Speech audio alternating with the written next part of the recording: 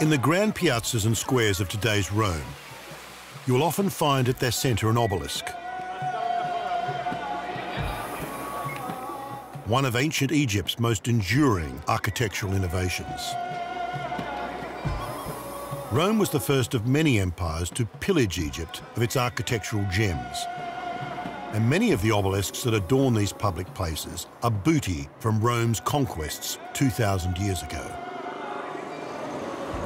The obelisk at the centre of the Piazza del Popolo was brought back to Egypt by the Emperor Augustus in 10 BC.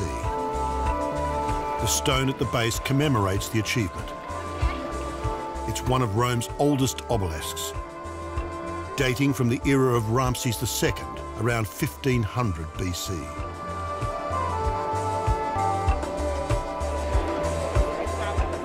The obelisk in the centre of St. Peter's Square in the Vatican was brought back to Rome by the Emperor Caligula and was placed here by Nero as a marker for his chariot races.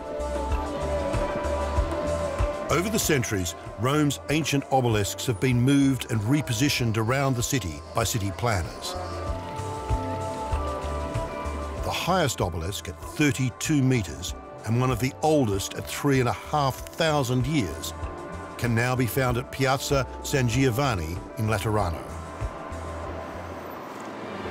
One of the most curious is the obelisk at the centre of one of Rome's most popular squares, the Piazza Navona, which sprouts from the centre of Bernini's famous muscular 16th century sculpture, the Fountain of Four Rivers.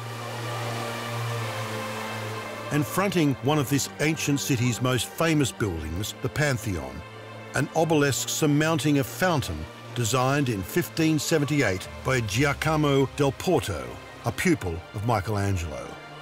The obelisk comes from the ruins of the Temple of Isis that once stood on the site but was put here in 1711 on the order of Pope Clement XI, whose insignia now adorns the site.